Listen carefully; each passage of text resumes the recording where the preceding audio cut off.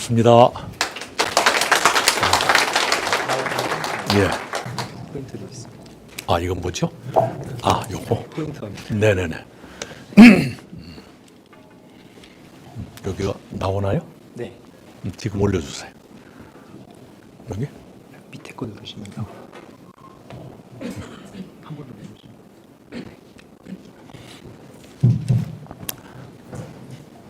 여러분이 이걸 다 가지고 계시지요? 네, 글자가 굉장히 잘게 많이 들어가 있을 거예요. 그거 만든 사람이 접니다. 제가 공직을 떠난 뒤에 공부하다 발견한 한 가지 사실이 있어요. 그 결과물이 바로 여러분이 지금 손에 가지고 계신 그 표입니다. 우리 대한민국이란 나라가 매우 특별한 운명을 가지고 있습니다. 지구상에 200여 개 나라가 있는데 주변에 강대국으로만 둘러싸여 있는 유일한 나라가 대한민국이에요. 동쪽으로는 일본, 그 뒤로는 미국. 여러분이 정외과 학생들이니까 더 잘 아실 거예요. 서쪽으로는 중국, 북쪽으로는 러시아가 있지요. 경제력, 군사력에서 5등 안에 들어가는 나라 중에서 독일 빼고는 전부 여기 있어요. 그것도 남북이 나뉘어가지고 북쪽은 그런 나라가 있고 우리는 지금 그 반쪽 가지고 지난 80년을 살아왔어요. 축구로 치면 이런 조합을 죽음의 조라고 불러요. 네. 마치 월드컵 예선에 나갔는데 브라질, 아르헨티나, 독일, 스페인, 한국 이렇게 붙었다 그러면 그런 걸 죽음의 조라고 부르죠. 유럽에서는 우리하고 비슷한 처지에 놓인 나라가 하나 있어요. 폴란드입니다. 동쪽으로는 러시아, 서쪽으로는 독일, 남쪽으로는 옛날 합스부르크 왕국 오스트리아가 있어요. 지금은 오스트리아가 작아졌지만 1차 대전 때까지만 해도 무지하게 큰 나라였어요. 그렇죠? 그 한복판에 폴란드가 있어요. 그래서 폴란드는 전쟁 겪을 때마다 폴란드는 전쟁을 한 번 겪으면 반드시 국경선이 달라지는 나라예요. 우리는 분단은 됐지만 국경선은 안 바뀌어요. 왜냐하면 압록강, 두만강이 가로막고 있어서. 그런데 유럽은 그렇게 국경선을 가를 만한 큰 강이 없으면 늘 전쟁의 진퇴에 따라서 국경선이 늘어난 일이 계속 반복됩니다. 여기 보시는 것처럼 고종 시대 이후부터 지금까지를 보면 고종 즉위 1864년 이때부터 제가 순환기라고 그랬을 거예요. 시달리기 시작했어요. 그때가 어느 시기냐? 하필이면 일본이 메이지 유신을 통해서 근대화에 성공하거든요. 그리고 힘이 커지지요. 힘이 커지면 주체하지 못하는 것은 사춘기 소년들만 그러는 게 아니에요. 국가도 그래요. 일본이 힘이 커지니까 주체하지 못하고 제일 가까운 우리부터 찝쩍거리기 시작했죠. 그래서 시달리게 돼요. 여러 가지 사건들이 있었죠. 그리고 그런 국제 질서의 변화, 아시아의 종주국, 아시아의 패권 국가가 중국에서 일본으로 변하는 어마어마한 변화의 시기에 우리 대한민국이란 나라는 그때는 대한민국이 아니었지만 꼭 그럴 때 우리는 분열하고 스스로 붕괴하는 버릇이 있어요. 네. 어떤 정도였느냐 그러면 간단히 말씀드릴게요. 동학혁명, 그 당시에는 동학난이라고 불렀죠. 동학 또는 갑신정변, 김옥균의 3.1천하 갑신정변이 있었죠. 둘 다 개혁운동이었어요. 네. 그런데 조선의 고종은 청나라 군대를 불러서 그걸 진압하거든요. 일본이 핑계를 거기서 잡지요. 청나라 니들이 왜 조선에 왔느냐? 나가라. 그래서 둘이 전쟁한 게 청일전쟁이에요. 청일전쟁이 벌어진 장소는 한국이었어요. 그래서 청이 빠져나가지요. 그때 조정은 일본에 대한 경계심 굉장히 강했어요. 그래서 기댄 게 러시아였어요. 조선이 러시아에 너무 기대니까 일본 아이들이 명성황후를 살해하잖아요. 그게 을미사변입니다. 부인을 그렇게 잃은 고종이 취한 행동은 러시아 공사관으로 피신하는 일이었어요. 그걸 아관 파천이라 그래요. 왜 아관인 줄 아시지요? 러시아를 중국 사람들이 한문으로 아라사라고 썼어요. 얼로스 뭐 이렇게 나갈 거예요. 그 아라사에 그 아자입니다. 아관 파천. 러시아 공사관으로 옮겼다. 이제 그런 구려구 역사, 순환의 역사를 거쳐요. 그리고 고종이 즉위하고 41년 되던 1905년 을사늑약을 맺어요. 을사늑약을 일본 사람들은 보호조약이라고 불렀어요. 그 내용은 우리 조선의 외교권을 자기들이 뺏어가는 거예요. 그리고 서울에 조선 통감부를 설치해요. 그래가지고 조선의 행정을 감독하기 시작해요. 예, 조선 통감. 외교권을 자기들이 뺏어가요. 왜? 제일 큰 것은 우리 조선이 러시아에 또 기울까 봐서. 자기네들이 러시아와 조선의 접근을 차단하기 위해서 을사보호조약을 맺어요. 그게 을사늑약입니다. 그때부터 사실상 조선은 주권을 일본한테 넘겨준 거예요. 우리가 일본한테 넘어갔다는 걸 1910년 경술국치로 많이들 기억하는데 그때는 완전히 넘어간 거지만 그 5년 전에 이미 외교권을 다 뺏기고 간섭을 받기 시작했어요. 경술국치는 합병조약이라고 일본은 불렀고 을사늑약은 보호조약이라고 불렀어요. 보호와 합병의 차이 느낌이 오시잖아요. 그죠? 보호는 간섭한다. 합병은 완전히 먹었다 그 얘기죠. 우리가 국권을 상실한 기간이 바로 을사늑약부터 40년간입니다. 그때 세계는 1차 대전, 2차 대전을 벌여요. 그리고 아시아에서도 중일전쟁, 그리고 일본이 마구마구 커져가지고 동남아시아까지 마구 섭렵하던 그런 시절입니다. 그리고 이제 1945년에 해방이 되지요. 근데 세계는 항상 우리의 운명의 변화와 함께 세계가 어떤 상태였던가 이걸 여러분이 염두에 두시면 좋겠어요. 세계는 2차 대전 종전과 함께 냉전 체제로 들어가지요. 그때 우리가 해방이 됐는데 냉전의 그 물결 속에서 분단이 됩니다. 냉전이란 것은 미국과 소련이 세계를 양분하여 둘로 나눠서 각각 지배하던 시대를 말해요. 그런데 남쪽은 미국 진영, 북쪽은 소련 진영에 편입이 됐어요. 말하자면 미소냉전의 최전방이 바로 한반도가 된 거예요. 우리 민족끼리 정반대의 진영에 서서 서로 총뿌리를 겨누다가 전쟁까지 했어요. 그 냉전 시대가 1945년에 시작됐고 우리로서는 국가를 새로 형성해야 되는 국가 재형성기가 시작이 됩니다. 그 시기가 대체로 저는 1987년까지로 봤는데 그 얘기는 조금 이따 하기로 하고요. 자, 냉전 시대 우리가 어차피 어느 진영인가 속하지 않을 수 없었다면 그래도 민주주의라든가 자유나 인권을 중요시하던 미국 진영, 더구나 상승하는 국가였던 미국 진영에 속한 것이 그나마 불행 중 다행이었다고 봐야지요. 반대로 북한은 하락하는 소련 진영에 속했고 전체주의적이고 그런 거 알잖아요. 거기에 속한 것이 북한의 불운이었다고 봐야 될 거예요.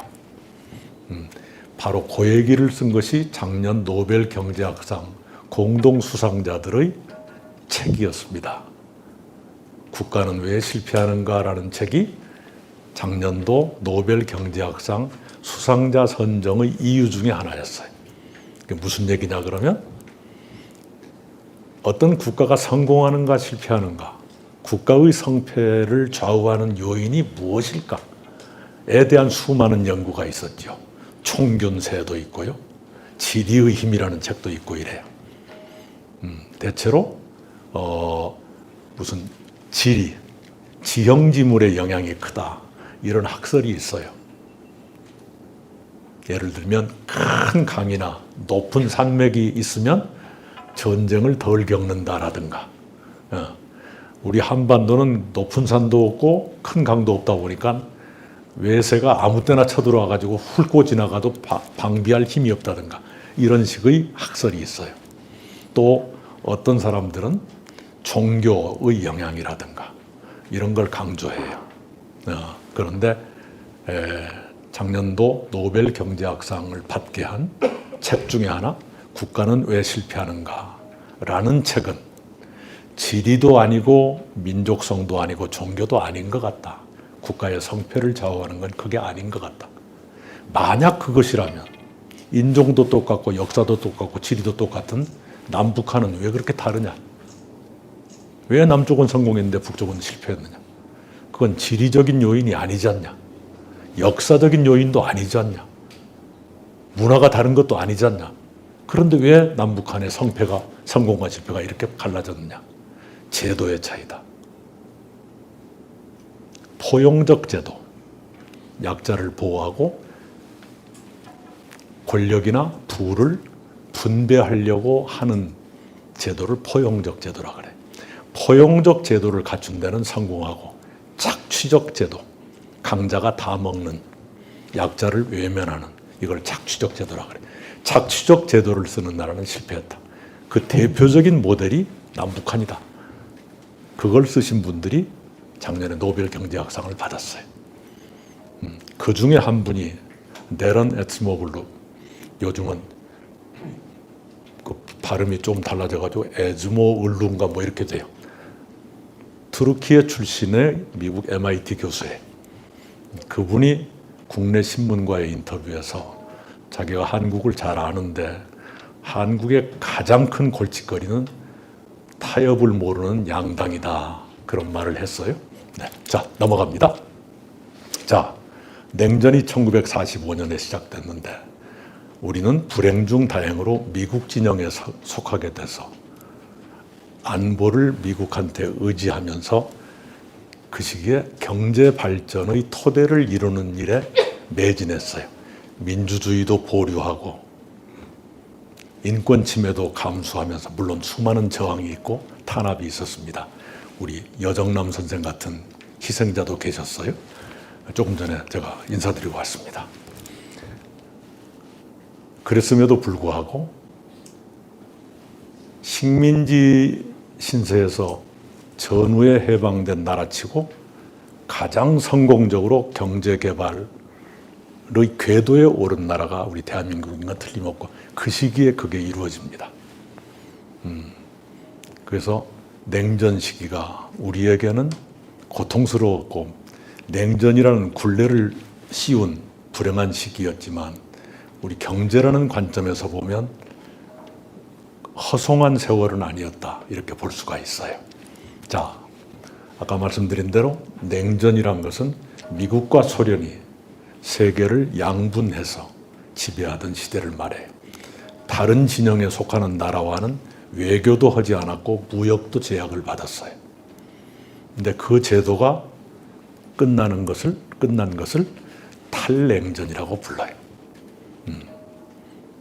영어로 하면 냉전 시대를 Cold War Age라고 부르고요. 탈냉전 시대는 Post Cold War Age라고 불러요. 예, 그 탈냉전 시대가 언제 시작됐느냐? 말하자면 냉전은 언제 끝났느냐? 공식적으로는 1991년으로 봐요. 소비에트 연방이 해체되거든요. 15개 국가로 쪼개져요.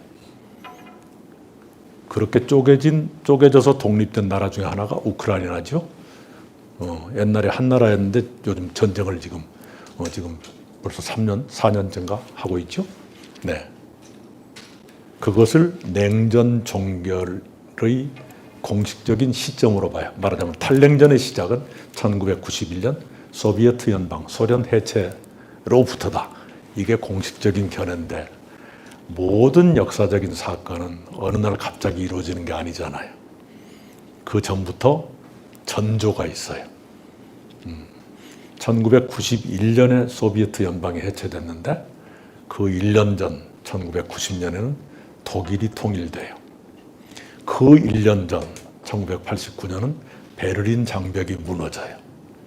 그 1년 전 1988년은 뭐가 있었죠? 서울올림픽이 있었어요. 서울올림픽이 왜 냉전 해체하고 관계되는가? 관계돼요. 서울올림픽 4년 전 1984년 LA 올림픽은 동유럽 사회주의 국가들이 모두 불참해서 반쪽 올림픽이었어요. 그 4년 전 1980년 모스크바 올림픽은 자유주의 국가들, 서방 국가들이 모두 불참해서 또 반쪽이었어요.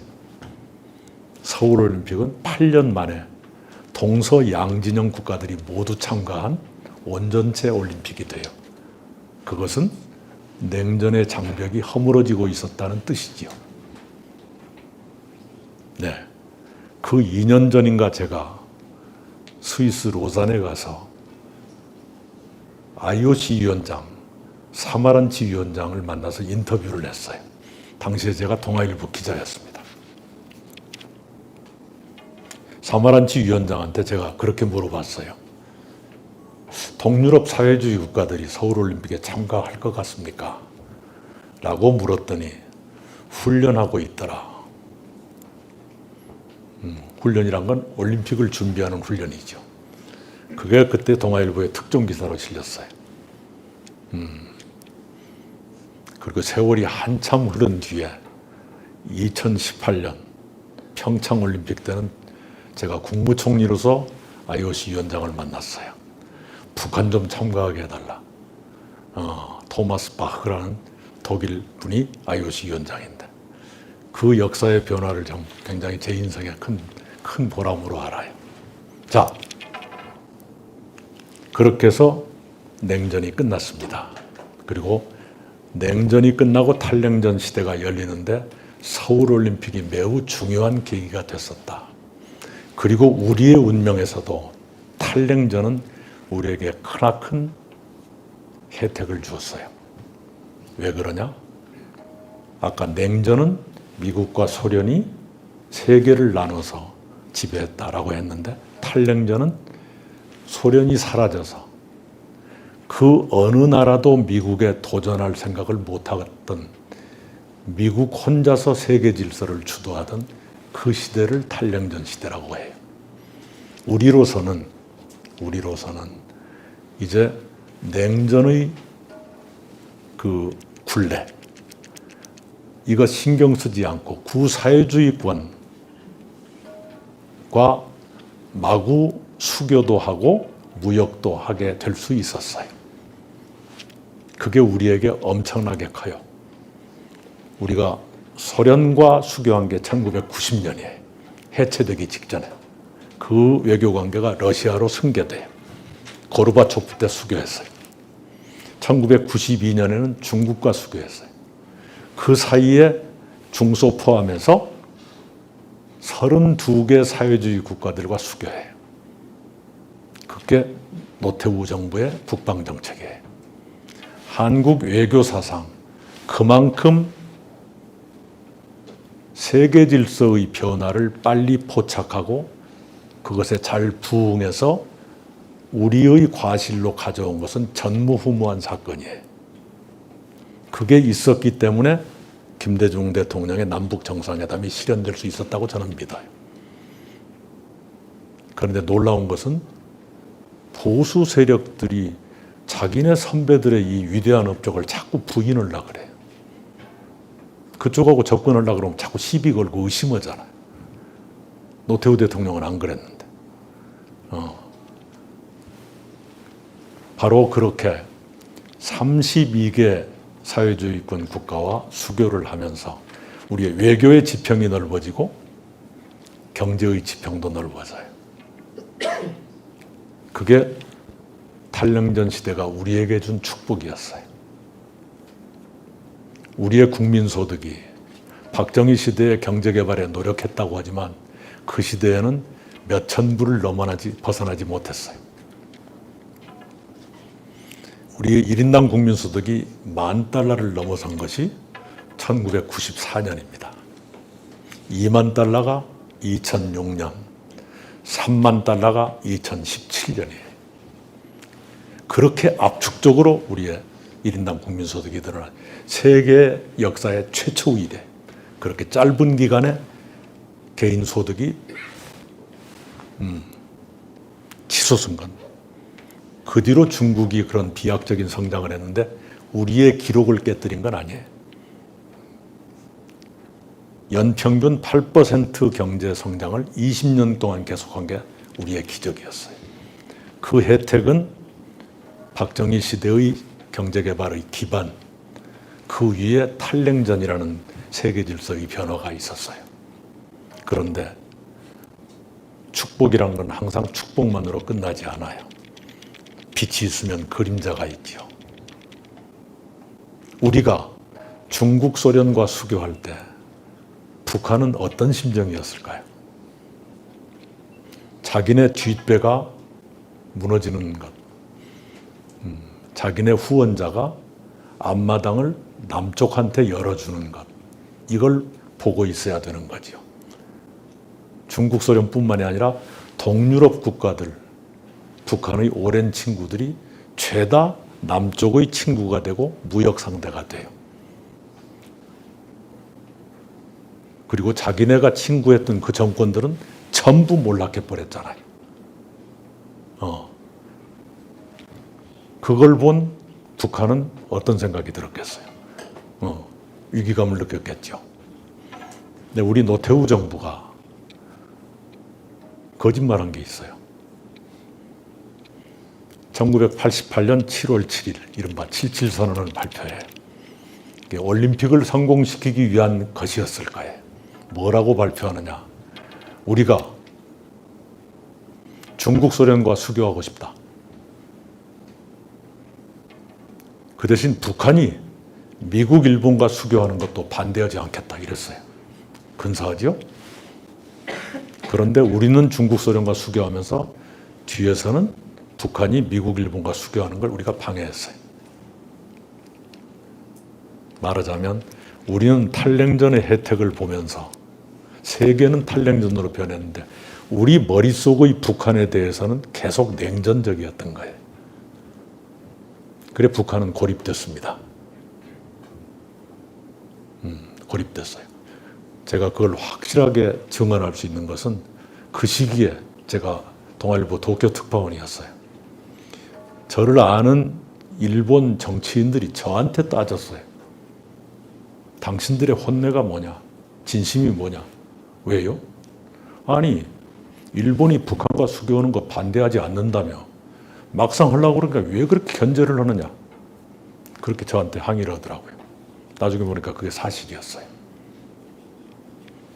그렇게 북한은 외교적으로 고립되고 경제적으로 궁핍해졌습니다. 무역 상대가 넘어가고 외교적으로 남쪽은 32개국과 추가 수교를 하는데 자기들은 하나도 못했거든요.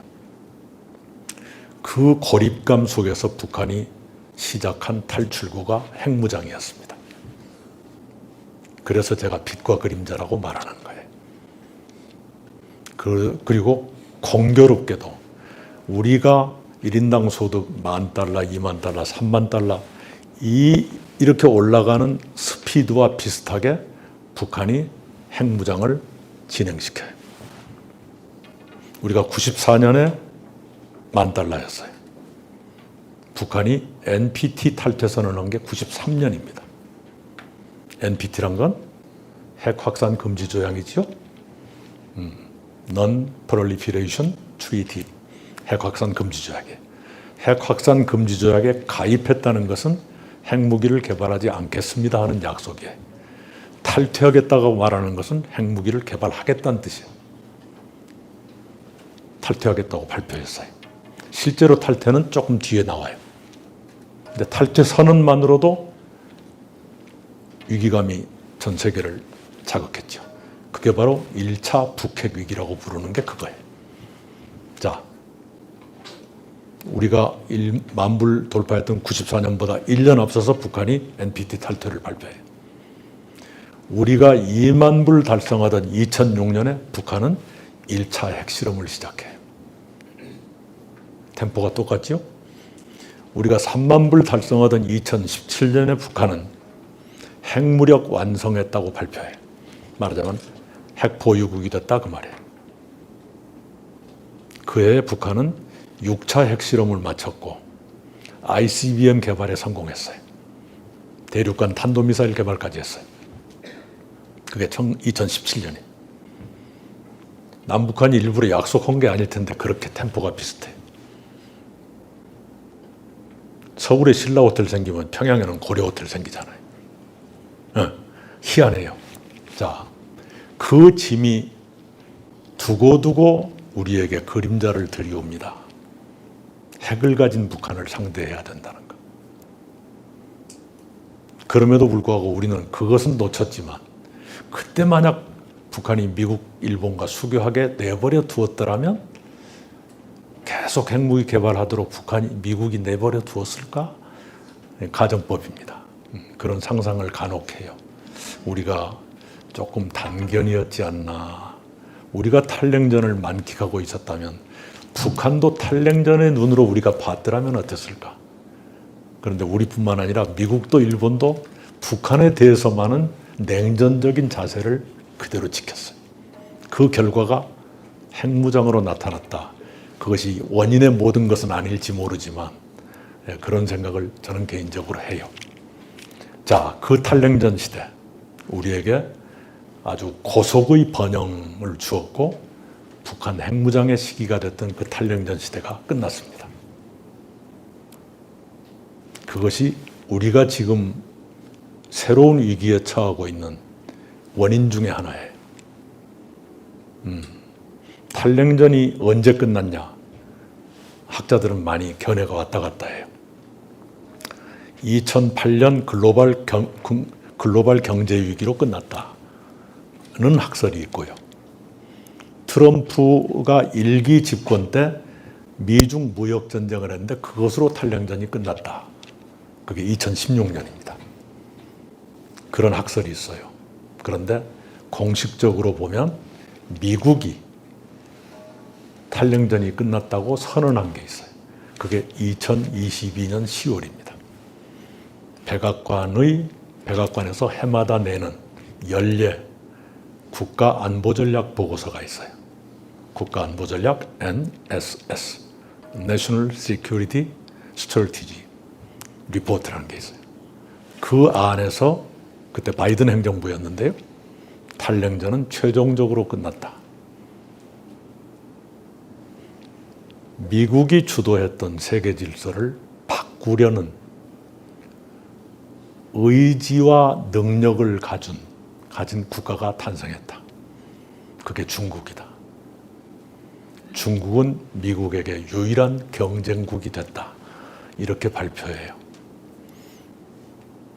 아까 말씀드렸죠? 탈냉전이란 건 그 누구도 지구상에서 미국한테 덤비지 못하는 시대를 말하는데 미국이 그 시대가 끝났다고 선언한 거예요. 왜? 누군가가 우리한테 덤비고 있다는 걸 인정한 거예요. 인정하기 싫었겠죠?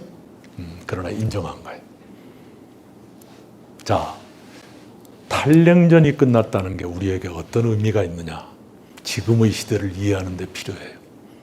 아까 말씀드린 것처럼 탈냉전이라는 것은 미국 이외에는 어떤 나라도 미국한테 도전하지 못했던, 미국에게 경쟁국이 없었던 시대예요.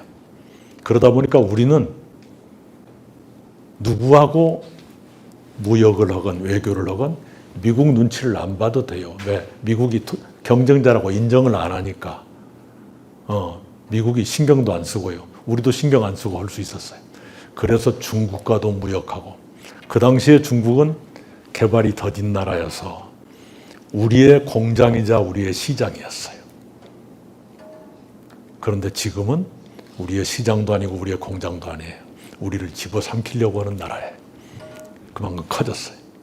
그리고 이제는 미국도 중국을 의식하고 신경 쓰기 시작, 예민해져 있어요. 우리가 중국과 반도체 거래하려고 그러면 미국에서 난리가 나요. 반도체가 우리 수출의 22%를 차지할 거예요. 20% 넘어요. 그 중에 가장 큰 비중이 중국한테 가는 건데 그걸 미국이 자꾸 신경을 쓰니까 어렵게 되잖아요. 자, 그런 시대로 들어갔어요. 우리 한국이. 외교나 무역에서 행복했던 시절이 끝나버린 거예요. 그렇죠? 그것도 하필이면 우리의 유일한 동맹인 미국이 우리 바로 옆에 있는 중국과 티격태격하는데 우리가 가운데 끼어 있잖아요. 이게 그리고 그 중국이 옛날같이 우리의 시장과 공장이 아니라 경쟁자도 아니고 이제는 우리를 삼키려고 하는. 대한민국 경제가 가장 불행한 것은 우리가 뭐 좀 해보려고 하는 산업마다 전부 중국하고 겹쳐요. 중국하고 겹치면 언제 역전되느냐는 건 시간 문제. 모든 것이 역전됐고 지금 남아있는 건 메모리 반도체 하나예요. 그것도 3년 갈지 5년 갈지 몰라요. 불과 재작년 또는 한 3년 전까지 10년 남았다 그랬는데 훨씬 단축됐어요. 그것이 우리 경제를 옥죄는 위기입니다. 지금이 40년 주기로 오는 우리의 변화기인데 그것이 엄청난 위기로 지금 우리한테 오고 있어요. 88년 서울올림픽 때는 우리의 장밋빛 미래가 예고된 그런 변화였어요. 냉전이 끝났다. 이제는 중국 소련과 마음대로 거래할 수 있다. 그런데 지금은 반대로 우리의 행복했던 시대는 끝났다. 이제는 중국과 쉽게 거래할 수도 없고 중국이 더 이상 우리의 시장도 아니고 공장도 아니고 미국도 더 이상 관대한 형님이 아니고 툭 하면 신경 쓰고 뭐 자꾸 따져 쌓고 이렇게 됐다 이거예요. 이런 위기에 지금 놓여 있습니다. 북한도 달라졌어요. 2022년 김정은이 큰 변화를 발표하죠. 남북 관계를 이렇게 규정을 해요. 적대적 이국가. 남조선은 남한은 남인데 두 국가니까 딴 나라인데 그것도 적대적인 관계다 이런 소리예요. 이게 왜 우리에게 심각하냐 그러면 그 할아버지였던 김일성은 늘 통일을 얘기했어요. 고려연방제를 먼저 꺼냈죠. 그것 때문에 우리가 상당 기간 동안 수세에 몰려 있었어요. 통일이라는 명분 앞에서. 그것 때문에 우리 요 앞에 계시는 여선생님도 마찬가지지만 우리가 통일 정책도 없고 이 분단주의적이라고 하는 그런 공격을 정부한테 끊임없이 했던 시대에 김일성은 그랬어요. 김정일은 김정은의 아버지는 민족이란 얘기를 많이 했어요. 민족이란 얘기를. 특히 정주영 회장을 몹시 좋아했어요. 좋아한 이유 중에 하나는 이거예요.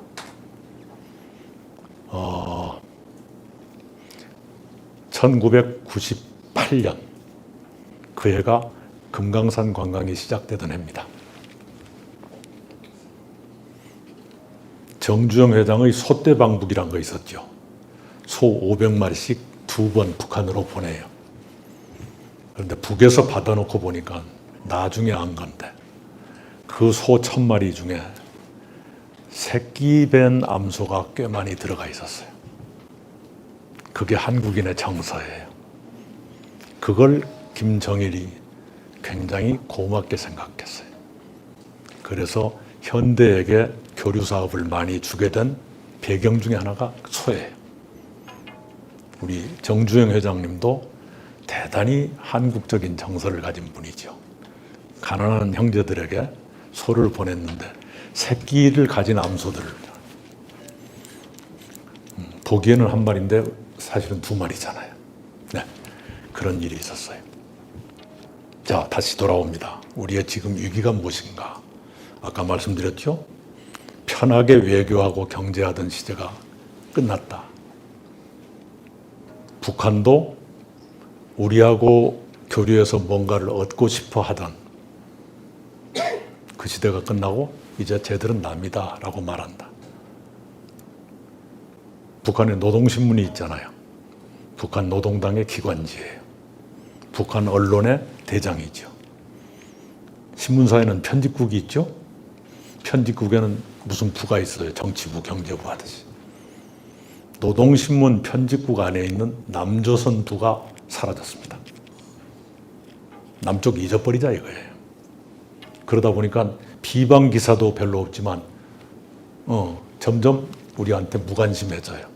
우리한테 더 이상 기대하지 않겠다는 뜻도 돼요. 남북을 연결하는 거점이 두 군데 있었어요. 금강산에 있는 현대가 지은 호텔이 하나 있었고요. 우리 금강산 관광객들이 묵거나 이산 가족이 만나거나 그랬어요. 개성에 문재인 정부가 건설한 남북 연락사무소가 있었어요. 두 개 모두 김정은 시대에 폭파했잖아요. 그리고 얼마 전에는 작년인가? 그 접근 도로, 개성으로 가는 또는 금강산으로 가는 접근 도로까지 폭파했어요. 남쪽 좀 잊어버리고 살고 싶다 그 얘기예요. 어떤 사람들은 우리 K-팝 들어가는 게 싫어서 그런가? 그것도 조금 있을지 모르지만 그것보다는 뒷배가 든든해진 것 같아요. 중국, 러시아가 커지고 두 나라 모두 미국한테 이제 고개를 빳빳이 쳐들고 대하잖아요. 그래서 북한의 입장에서 미국한테 더 이상 이렇게 애걸복걸하지 않아도 좋다. 미련 갖지 않았다. 미련 다 버렸다. 남쪽 당신들 없어도 괜찮아. 이런 식으로 가고 있다. 이런 얘기예요. 우리로서는 굉장히 뭐랄까요? 당혹스러운 일이죠. 그렇게 하면 대화도 하기 어려울 거고. 대화가 없으면 우리에게 지렛대가 없어지는 거죠. 그들에게 무슨 말을 전할 수도 없고. 그런 상태에서 북한은 러시아 우크라이나 전쟁에 파병을 하고 그 대가로 핵기술 포함한 항공 우주 기술 이런 것을 러시아로부터 얻으려고 할 거예요. 자, 아까 제가 말씀드렸죠. 우리 한국의 큰 약점 중에 하나는 국제 질서가 요동칠 때 우리 내부에서 분열과 붕괴가 일어나요. 아까 구한말 제가 청나라, 러시아, 일본 이걸 말씀드렸죠. 지금도 어쩌면 그러고 있어요. 어쩌면 그러고 있어요. 우리 한반도는 미국한테도 중국한테도 대단히 중요한 목표물이에요. 중국은 자기네의 영향력 확대를 위해서 미국의 영향력이 뒤로 물러나 주기를 바랄 것 아니겠어요? 오바마 대통령 시대의 시진핑은 오바마하고 정상회담을 하면서 절반쯤 농담처럼 태평양은 어느 한 나라가 갖기에는 너무 넓지 않습니까? 반반씩 나누면 어떻습니까? 하는 얘기를 했어요. 오바마가 별로 대꾸를 안 했지만 말하자면 미국의 영향력을 동아시아부터 퇴각시키고 싶은 거예요. 그 퇴각을 시키려면 어디서부터 해야죠? 한국부터죠. 그렇죠? 미국의 입장에서는 중국의 영향력이 더 이상 확대되는 게 싫을 것 아니에요. 그걸 막아야죠. 중국의 영향력을. 어디서부터 막아요? 남한부터 막아야 될 거 아니에요. 예를 들면 중국의 해군력이 바해만과 서해를 넘지 않게 하기를 바랄 것 아니에요. 그러려면 한국이 잘 버텨줘야 되는데 미국의 사정이 그만큼 여유롭지 못해서 굉장히 민감해져 가는 상태죠. 이 한국이라는 나라가 그래요. 그래서 우리가 복잡하게도 됐지만 그렇기 때문에 우리가 너무 굽실굽실하지 않아도 되는 거예요. 자기들이 중요하다고 생각하면 그럴수록 우리 값이 올라가는 것 아니에요. 우리가 그런 의식을 가져야 되는데 지금 미중 간의 패권이 어디로 가느냐의 이 시기이기 때문에 우리가 발 하나라도 헛디디면 국가의 운명이 휘청거릴 수가 있어요. 그런 점에서 또 한 번의 위기입니다. 그리고 국내로 오면 우리 경제 성장률이 급기야 0%대로 떨어져요. 우리 성장 동력이 거의 고갈돼요. 성장률이 0%란 뜻은 평균에서 0%일 거 아니에요. 그러면 소수의 부자들은 더 돈을 벌겠지만 다수의 국민들은 가난해진다는 얘기거든요. 소득이 줄어든다는 얘기예요. 그것을 견디는 데는 한계가 있게 돼요. 아파트를 예를 들자면 25평 살다가 30평으로 이사 가면 처음에 며칠은 편한데 그 다음에는 아무 느낌이 없어요. 반대로 30평에 살다가 25평으로 이사 오면 계속 불편한 거예요. 우리 경제가 지금 그 국면으로 넘어가고 있습니다.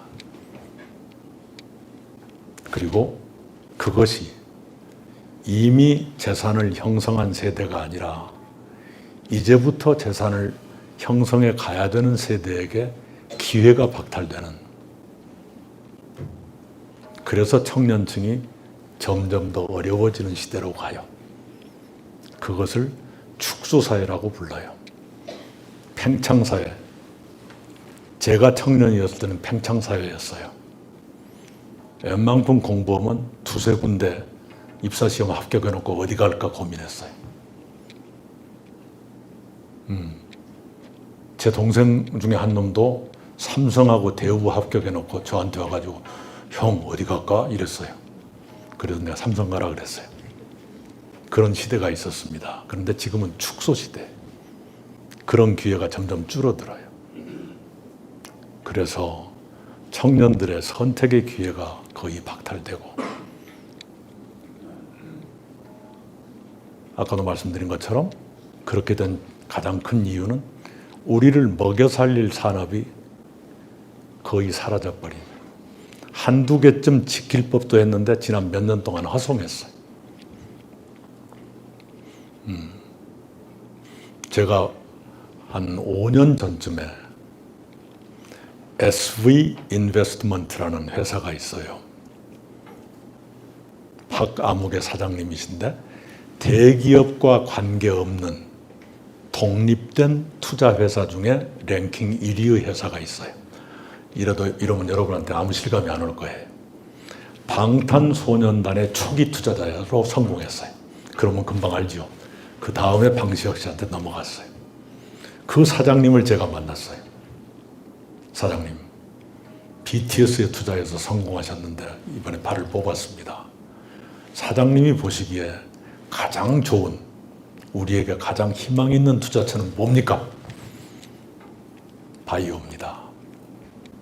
왜 그렇습니까? 우리가 해볼 만한 모든 산업이 전부 중국하고 겹쳐서 우리가 지게 돼 있는데 바이오 분야만은 우리에게 약 20년 정도의 시간이 허락되어 있습니다. 왜요? 중국이 사회주의 국가이기 때문에 의사라든가 바이오 메디칼 분야에 있는 사람들의 처우가 엔지니어보다 조금 나은 정도지 확연하게 낮지 않습니다. 그래서 좋은 우수한 인재가 그쪽으로 아직까지는 많이 가지를 못했습니다.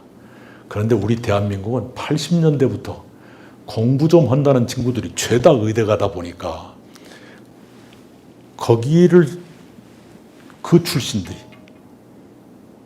60대까지 꽉 차 있습니다. 그 사람들이 전부 애국심으로 의대 간 건 아니겠지만 안정적으로 살라고 갔겠죠. 제 아들이 그런 것처럼.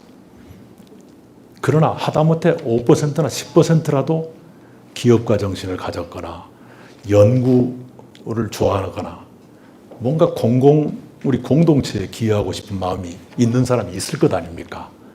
그것이 우리가 60대까지 쌓여 있습니다. 그런데 중국은 지금 시작해도 20년 안에 우리 같은 인력이 형성되기 어렵습니다.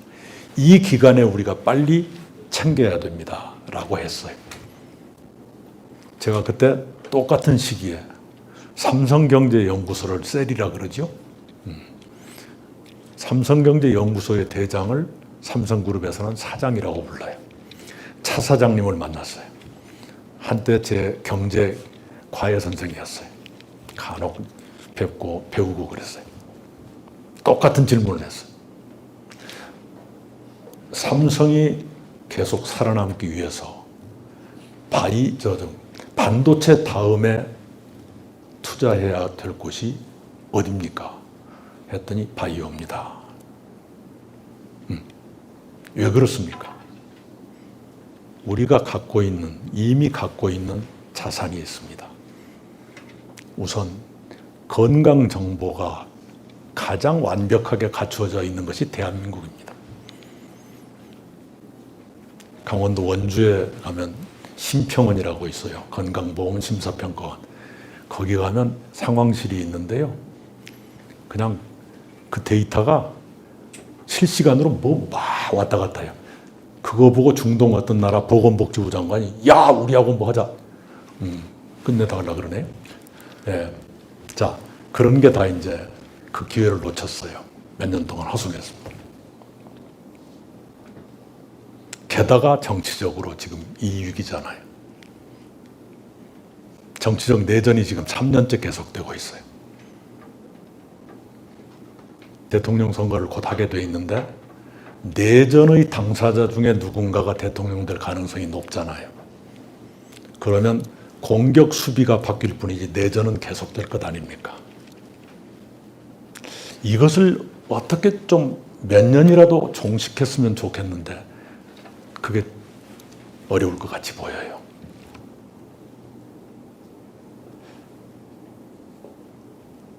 어제 대법원에서 엄청난 판결이 나왔죠. 법원 판결이 나오면 좋아하는 사람도 있지만 싫어하는 사람도 있어요. 그런데 정치인들이란 건 싫어하더라도 말로는 판단을 존중한다 이따위 소리를 붙이게 돼 있는데 그 말을 한마디도 안 했어요. 이번에 처음입니다. 사법 쿠데타다. 내란 세력의 준동이다. 아무것도 아닌 잠깐의 해프닝이다. 이건 이재명 대표가 한 소리예요. 이것들 봐라. 한 달만 기다려라. 거기 국회의원이 SNS에 올린 글이에요. 그게 무슨 소리예요? 혼내주겠다는 얘기 아니에요? 정권자고. 그리고 곧바로 나온 반응이 경제부총리 탄핵. 대법원 판단하고 경제부총리가 무슨 상관이 있죠?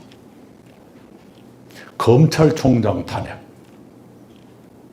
그래서 어젯밤에 경제부총리 탄핵 소추안 표결이 진행되고 있는데 경제부총리가 사표내가지고 국회에 그걸 알려주니까 표결이 중지됐어요.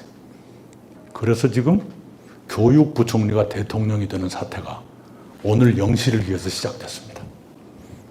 미국하고 관세 협상해야 되는데 이게 무슨 짓이에요? 그리고 오늘 나온 뉴스는 대통령에 대해서는 이미 진행되고 있는 모든 재판이 중지되도록 하는 법안을 만들겠다. 재판정지법. 재판을 받고 있는 이라는 뜻은 피고인인 그 말이죠. 범죄 혐의를 받고 있는 그 말이에요. 범죄 혐의를 받고 있는 대통령이 탄생하면 모든 재판을 중지시킨다 그 얘기거든요. 그러면 어떻게 돼요? 법치주의가 흔들리는 거죠. 만약 그게 안 된다면 유죄 판결 나오면 몇 달 안에 선거를 또 해야 된다는 얘기고, 만약 그게 되면 법치주의가 무너지고. 자, 대통령이 되면 진행 중이던 재판은 정지된다라고 하면, 대통령에서 퇴임하면 재판 다시 받겠다는 뜻이어야 옳죠? 그런데 정말 그 마음이 있을까요? 만약 그 마음이 없다면 어떻게 해야죠? 여러분처럼 착한 마음으로 생각하지 말고 그분의 입장에서 몇 가지 방법이 있죠. 퇴임을 안 하는 방법이 있죠. 임기를 늘려가지고. 안 그러면 전부 사면해버리는 방법. 그냥 뭐든지 법으로 만들면 된다고 생각하니까 아마 이렇게 가다가는 파트로 매주를 쏘도 좋다라는 법이 나올지도 몰라요. 걸린 죄를 모두 법에서 빼버리는 입법이 나올지도 모르고요. 어느 경우나 법치주의가 엉망진창이 되는 거죠. 대한민국의 민주주의의 기본은 법치주의입니다. 우리 최소한의 약속이 법에 따르자 이거 아니겠어요? 근데 그걸 짓밟아 버리면 어떡해? 더구나 어제는 화나서 그 말했을 거라고 생각하고 싶지만 삼권 분립을 끝낼 때가 됐다. 또 누가 그랬어요? 법원도 자기들 수중에 넣고 싶다 그 얘기죠. 근데 입법권을 장악한 세력이 행정부를 손에 넣고 사법부까지 손에 넣으면 그게 뭐예요? 그런 걸 독재라 그러죠. 유발 하라리 교수 있죠. 사피엔스 쓴. 이분의 최근 저서를 보면 재밌는 대목이 나와요. 독재는 어디서 시작되는가? 사법부와 언론을 손에 넣으려고 하는 일부터 시작한다 그렇게 돼 있는데 한번 우리 주변을 그런 관점에서 잘 봐주시기 바라요. 여기가 지금 우리가 처한 위기의 배경이고 현상입니다. 이걸 어떻게 이겨야 되는가? 우선 급한 대로 저는 세 가지를 말해요. 우리 헌정의 불행, 지난 38년, 현행헌법이 시행된 38년 동안 대통령이 8명 나왔는데요. 그중에 4명이 감옥 갔어요. 2명은 아들이 감옥 갔고요. 한 분은 퇴임 후에 조사받다가 극단적인 선택을 하셨어요. 그런 불행을 겪지 않은 유일한 전직 대통령이 문재인 대통령인데 그분도 그저께 기소를 당했어요. 대한민국에서 대통령은 영광의 자리가 아니라 불행이 예약된 자리예요. 근데 아까 아들이 감옥 갔다는 2분이 바로 김영삼, 김대중 대통령이에요. 대한민국 정치사에서 가장 정치 경험이 풍부하고 민주주의의 훈련이 가장 잘 된 분이 2분이에요. 이분들마저도 본인은 연루가 안 됐지만 아들이 연루되는 걸 막지 못했어요. 왜? 그놈의 권력 때문에 사람들이 아버지한테 어떻게 하기 어려우니까 아들을 손본 거죠. 가장 잘 훈련된 2분마저도 그랬어요. 그런데 민주적이지 않거나 훈련이 부족하거나 덕성이 거칠거나 하는 사람이 지금같이 많은 권력을 갖게 되면 불행은 필연으로 따르는 거예요. 이걸 피했으면 좋겠어요. 왜? 개인의 불행을 넘어서 국가, 국민의 불행이기 때문에 그래요. 그래서 권력을 분점하는 게 좋겠다. 그런 개헌이 필요하다. 이게 1번입니다. 2번째는 이 양당이 국회 의석을 나눠 갖다 보니까 딱 반반 나눠도 골치 아프겠지만 항상 어느 쪽으로 기울게 돼 있잖아요. 그러면 다수 의석을 가진 쪽이 절제하지 못하고 그 권력을 폭력적으로 행사하면 요즘 같은 일이 벌어지는 거예요.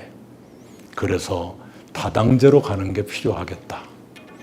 어느 쪽도 일방적으로 독주하지 못하고 제3, 제4의 세력 눈치를 봐야만 되는, 그래서 대화와 타협을 안 할 재간이 없는 상태로 만들어야겠다. 그게 다당제입니다. 근데 지금같이 선거해가지고는 다당제가 안 돼요. 저는 고향이 호남이고 여러분은 대구인데 양쪽 다 방향만 다르지 똑같잖아요. 여기서 다당제의 작은 씨앗이라도 얻으려면 선거구를 중대 선거구로 바꿔서 한 선거구에서 3명, 4명 뽑으면 제3당이 몇 군데는 나올 수 있다, 그 얘기죠. 지금 서울의 국회의원이 49명이에요. 누가 이걸 시뮬레이션을 해봤어요. 49명을 48명으로 줄이고 12개 선거구로 나눠서 4명씩 한번 뽑아보자. 그래가지고 지난번 선거에 득표율을 집어넣어 봤더니 놀랍게도 4대 0은 한 군데도 안 나왔어요. 딱 3가지 패턴만 나왔는데요. 3대 1, 2대 2, 2대 1대 1, 이 3가지 경우만 나왔어요. 그리고 제1당은 절대로 30석을 못 넘더라. 제2당이 20석 밑으로 떨어지지도 않더라. 그러면 상당히 균형 있게 갈 수가 있겠구나 하는 걸 내놨어요. 그분이 전직 국회의장 김진표 씨예요. 만약 영남과 호남도 그런 일이 생길 수만 있다면 정치가 훨씬 나아질 거다, 이렇게 생각을 해요. 그리고 끝으로, 좀 빨리 끝내라고 난리인데, 끝으로 제가 개헌을 말하지만 똑같은 헌법이었는데 왜 김대중 대통령 같은 시대도 있었고 윤석열 대통령 같이 혼미한 대통령도 나왔을까? 헌법은 똑같은데 뭐가 달라서 이랬을까? 뭐가 다르지요? 사람이 다르죠. 사람이 달라요. 잉글하트라는 미국 교수가 있어요. 웰젤이라는 독일 교수. 이 두 분이 써서 2011년에 내놓은 책이 있어요. 거기에 재밌는 수식을 이분이 발표했습니다. 여러분 정역가니까 형식적 민주주의, formal democracy 곱하기 엘리트의 고결성, elite integrity equal 효과적 민주주의, effective democracy. 엘리트의 고결성이란 뭐냐? 엘리트가, 권력을 가진 사람들이 권력을 사익을 위해서 쓰느냐 아니냐의 척도에 제일 나쁜 것을 0으로 하고 제일 좋은 걸 1로 해요. 그러면 보세요. 형식적 민주주의, 헌법 같은 제도겠죠? 이게 100점이라고 치자. 엘리트의 고결성이 0점이면 효과적 민주주의가 0점이 되는 거예요. 엘리트의 고결성이 1점이면 효과적 민주주의도 100점이 되는 거지. 이 수식을 내놨어요. 학자들이란 게 그렇지요. 아무리 제도가 좋아도 사람 잘못 만나면 꽝이다, 그 소리 아니에요. 그걸 그렇게 복잡하게 해놨어요. 그 소리입니다. 제가 아까 권력 분산형 개헌, 중대선거구제를 통한 다당제, 그 다음에 사람, 덕성을 갖춘 지도자, 이게 중요하다. 이 말씀을 오늘 결론처럼 말씀드린데 국민들이 다 알아요. 누가 어떤 사람인지 알아요. 산타 할아버지는 온 세계 어린이들 다 알잖아요. 누가 착한 애인지. 우리 국민들이 그런 안목을 가져야 돼요. 사람을 보자 하는 게 상식인데 상식으로 돌아가야 돼요. 오늘 제 말씀 여기까지 마치고 여러분 질문 받을게요. 고맙습니다.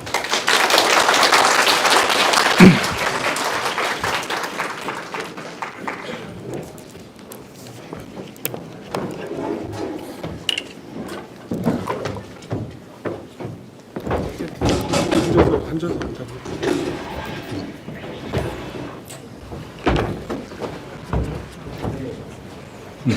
예.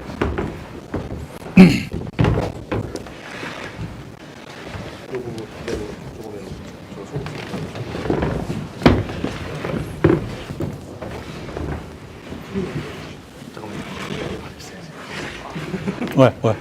둘이 하나?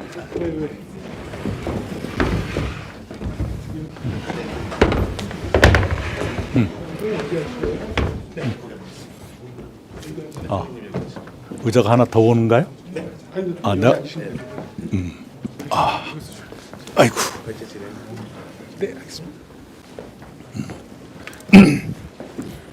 아, 예. 쉬운 거 물어봐 주세요. 네, 열띤 강연해주신 이낙연 후보님께 다시 한번 뜨거운 박수 부탁드립니다.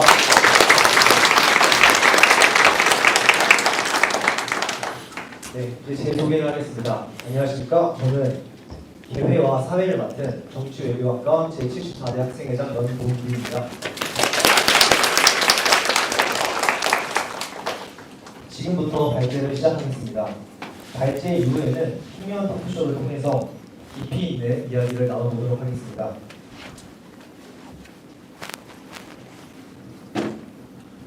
저는 경상도에서 대학을 다니고 있습니다. 하지만 제 주변에는 전라도, 충청도, 수도권 등 다양한 지역에서 온 친구들이 함께 생활하고 있습니다. 이제 우리의 삶 속에서 지역 감정은 이미 옅어졌습니다. 우리에게는 더 이상 어디 출신인가는 중요하지 않습니다. 실제로 리얼미터가 2022년에 실시한 조사에 따르면 20대와 30대의 약 60%가 지역 출신에 따라 정치 성향을 결정하지 않는다고 답했습니다. 이는 과거보다 지역 구분이 덜 중요해졌다는 뜻입니다.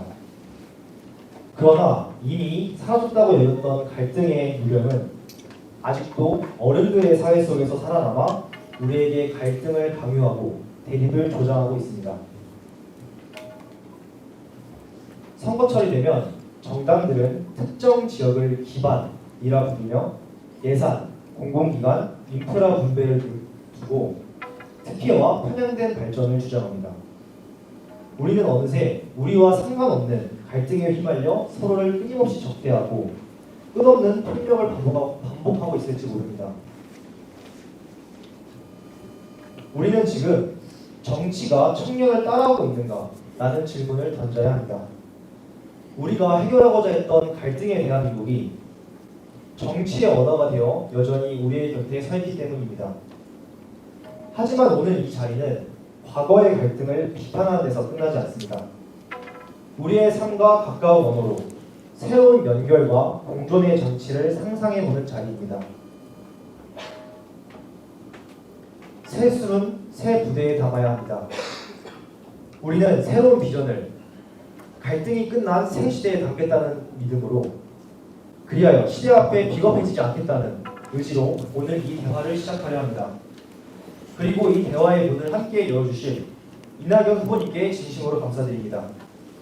지금부터 청년과 정치가 함께 나누는 미래의 이야기를 함께 나눠보겠습니다. 이낙연 후보님을 큰 박수로 맞이해주시기 바랍니다.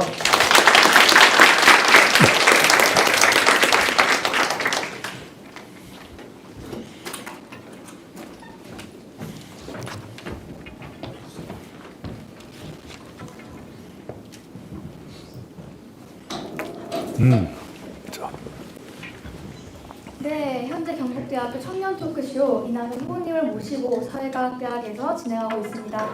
저희는 토크쇼 진행을 맡은 정치외교학과 부학생회장 정윤아, 학생회장 연동규입니다. 네, 저희 정말 많은 분들이 이렇게 참석을 해주셨고 저희의 예상보다 정말 많은 질문들도 도착을 했잖아요. 네, 역시 청년 세대에 대한 정치에 관심이 정말 결코 낮지 않다는 걸 다시 한번 느낄 수 있었습니다. 청년들과 소통할 수 있는 이런 좋은 자리 마련을 위해 노력해주신 장형봉 부위원장님께 다시 한번 감사 인사를 드립니다. 네, 우선은 사전 질문 몇 가지로 토크쇼의 시작을 알려보고자 합니다. 물론 뒤이어서 현장 질의응답도 있으니까 끝까지 함께해 주시기 바랍니다. 네, 첫 번째 질문입니다. 이번 토크쇼로 대구를 방문하신다는 사실이 기사로 많이 보도되었는데 대구에 직접 오신 소회를 조금 들어보고 싶습니다. 예, 많이 익숙해져 가지고요. 무슨 새삼스럽게 소회 같은 게 없는 날이 많아졌어요. 예, 제가 국무총리가 돼서 처음 맞은 여름 휴가를 우리 안동에서부터 시작해 가지고요. 그 유림의 마을들을 쭉 다녔었죠. 굉장히 몰랐던 걸 많이 알게 됐고요. 특히 역사적으로는 국채보상운동과 228이라고 하는 게 대구를 상징하는 두 개 사건인데 두 개 모두 민간에서 나온 발상이었고 그것이 엄청난 큰 흐름을 이끌어내는 도화선이 됐거든요. 국채보상운동은 경술국치 전에 있었어요. 그것이 경술국치 이후에 항일 독립운동의 씨앗이 되거든요. 228은 우리 중고등학생들이 주축이 됐지만 4.19까지를 이끌어내잖아요. 늘 그것이 신선해요. 네. 그리고 그냥 국채보상운동뿐만 아니라 일제강점기에 독립유공자가 가장 많이 배출된 것이 대구 경북이에요. 그런 기계가 어딘가는 지금도 살아서 맥이 뛰고 있을 거다라고 느끼곤 하죠. 네. 네, 말씀을 듣고 나니까 대구에서 학교를 다니는 대학생으로서 자부심이 좀 느껴지는 것 같습니다. 그리고 또 사실 재밌는 해프닝이 보도되기도 했는데요. 한덕수 총리와 저녁 식사를 저희 청년 토크쇼 참여로 인해서 고사하셨다는 그런 보도가 있었습니다. 혹시 만나셨다면 혹시 무슨 얘기를 하고 싶으셨는지 한번 여쭤보겠습니다. 그건 모르죠. 왜냐하면 그분이 갑자기 전화해가지고 서로 아는 사이지만 통화한 것이 아마 생전 처음이거나 그럴 거예요. 그래서 굉장히 의례적인 대화였죠. 그동안에 전화도 못 드려 미안합니다. 저도 마찬가지지요. 혹시 2일 저녁 가능하세요? 아이고 제가 경북대학 가는데 저녁까지 서울에 못 돌아오겠어요. 아 그래요? 그러다가 이렇게 잘 해보세요. 이러고 끝났어요. 네. 그 덕분에 경북대학교가 많이 유명해졌죠. 우리 그 대외협력처는 홍보비 좀 저한테 주세요. 네, 오직 또 경북대학교 청년 토크쇼에서만 들을 수 있는 진솔된 이야기가 아니었나 싶습니다. 한덕수 총리의 이야기를 했으니 앞으로의 행보와 또 선거에 대해서 이야기할 수밖에 없을 것 같은데요. 사전 질문 중에 이런 질문이 있었습니다. 향후 정치적 연대 가능성에 대해 여쭙고 싶습니다. 이전 선거에서 보수 진영이나 비이재명계와의 대연합, 즉 빅텐트 구성을 고려하신 적이 있으셨는지, 그리고 앞으로 그런 협력의 가능성에 대해서 어떻게 평가하고 계신지 궁금합니다. 자꾸 연대 하던데 제 아들은 고대 나왔어요. 네. 우선은 오늘 한덕수 전 총리께서 그 기자회견을 하면서 세 가지 약속을 발표했어요. 이걸 하겠다. 첫째가 개헌, 둘째가 통상외교, 셋째가 국민통합. 그 목표에 대해서는 제가 공감이 있었습니다. 누구나 비슷하게 느낄 거예요. 지금 필요한 게 뭐다라는 거. 그걸 이루는 방법이 무엇인가 하는 걸 반드시 손잡고 다녀야만 된다고 생각하지는 않아요. 네. 그리고 제가 그 한 총리의 식사 제의를 고사하고 난 뒤에 많은 기자들께 말씀드린 것처럼 사람끼리 만나는 것이 선결 과제라고 생각하지 않습니다. 그건 개인의 협상 대상이 아니에요. 흥정할 일도 아니고요. 그분 나름대로 국민 앞에 어떤 생각인가를 밝히고요. 특히 이제 계엄에 대해서 또는 탄핵에 대해서 또는 상당히 어렵겠지만 윤석열 전 대통령과의 관계에 대해서 어떻게 정리된 생각을 갖고 있는가 이런 것을 말씀해 주시는 게 좋을 거예요. 그건 뭐 상식에 관한 일이지요. 네, 그런 것들이 나오면서 국민들의 동의를 얼마나 얻느냐 이것이 시급한 것이지 둘이 손잡고 다닌다고 꼭 그냥 그만큼의 효과가 있을 것이냐, 그렇게 생각하지는 않습니다. 네. 네, 답변 감사합니다. 말씀해주신 부분이 청중분들도 많이 궁금해하셨을 것 같습니다. 네, 이 기세를 몰아서 앞으로의 방향에 대한 현장 질문을 받겠습니다. 우선 주제별로 현장 질문을 받을 예정이니까 참고해 주셔서 현장 질문해 주시기 바랍니다. 질문 있으신 분 손 들어 주시기 바랍니다.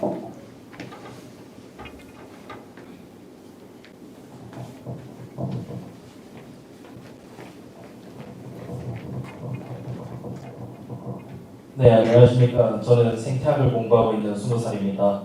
먼저 여기까지 오셔서 좋은 강연을 해주신 거에 대해 감사 인사를 먼저 드리겠습니다. 제 질문은 많은 정치인들이 이제 자신이 대통령이 되면은 대통령실을 세종 쪽으로 옮기겠다 이런 공약을 많이 들었었는데요. 이것이 세종으로의 수도 이전으로 이어질 수 있다는 뜻으로 많이 해석되고 있었습니다. 이거에 대해 본인의 생각이 어떤지 듣고 싶습니다.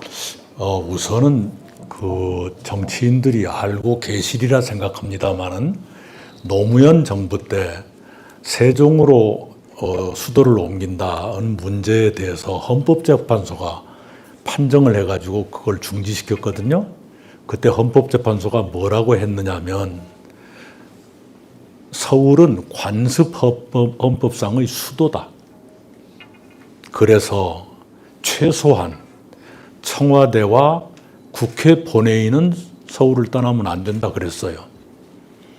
만약 대통령실을 세종으로 옮기고 싶다면 헌법재판소의 그 결정을 수정받아야 될 거예요. 그것이 쉬운 일은 꼭 아닐 겁니다. 그것에 대한 얘기를 하는 사람이 없어요. 많은 정치인들에게 최대의 자산이 뭔 줄 아세요? 국민들의 건망증이에요. 다 기억 안 해주는 것. 저도 제 고향에서 국회의원 할 때 아주 오지에 있는 어떤 마을에 가서 영감님을 만났는데 제가 삼선하려고 할 때였어요. 아이고, 근데 어르신이 8년 전에 제가 약속한 걸 기억하시잖아요. 그거 안 해주었냐고. 아이고, 어르신 오죽 급했으면 그걸 약속했겠습니까? 그걸 기억하면 어떡해요? 그랬더니 웃어버리더라고요. 그런 일이 있었는데, 아까 대통령실 이전은 헌재 결정의 번복이라는 과정이 따라야 됩니다. 그래서 그것을 지혜롭게 해야 돼요. 대통령 집무실에 그것을 두 군데로 하고, 총리는 공간이 두 군데 있어요. 그리고 주민등록은 세종으로 돼 있어요. 그런데 실제로는 반대로 맨날 서울에 있는 경우가 많죠.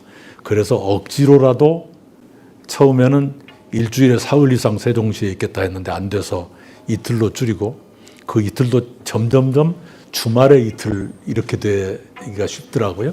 굉장히 어려웠어요. 그래서 억지로라도 세종에서 국무회의를 한다, 또는 화상회의를 한다, 세종에서 근무하는 장관들 서울 오지 마라, 여러 가지 해봤는데 그때뿐이지 꼭 지속적인 효과가 있는 건 아니었어요. 그런 걸 한번 그런 어려움이 있다는 걸 알면서 서로 고민해 봤으면 좋겠습니다. 네, 감사합니다. 이런 현장 질문이 저희 토크쇼의 또 큰 묘미이지 않나 이런 생각이 듭니다. 다음 질문은 정책에 관련한 질문인데요. 사전 질문에 이런 질문이 있었습니다. 의대 증원에 따른 의대 선호 현상을 어떻게 생각하시는지, 또 대한민국 공학을 발전시키기 위해 정부는 어떤 노력을 할 수 있을지 궁금합니다. 의견을 듣고 싶습니다. 네, 의대 정원은 여러분 아시는 것처럼 제가 일했던 문재인 정부가 400명 늘리겠다 그래서 엄청난 반발을 받고 포기해버렸잖아요. 그런데 느닷없이 윤석열 대통령이 3,000명을 늘리겠다고 해가지고 저게 될까? 했는데 아니나 다를까 실패했죠. 3,000명이면요 현행 입학 정원의 65%예요. 그걸 한꺼번에 늘리겠다, 그건 불가능한 일이죠. 400명도 안 됐는데. 그래서 그 당시에 저는 그렇게 한꺼번에 65% 늘리지 말고 10%씩 한 3년만 올린다거나 이런 식으로 단계적으로 가자 했는데, 처음부터 너무 큰 반발에 붙이다 보니까 조정안이라는 게 먹히질 않았어요. 그래서 결국은 백지화 수순에 들어가 있는 것 아니에요.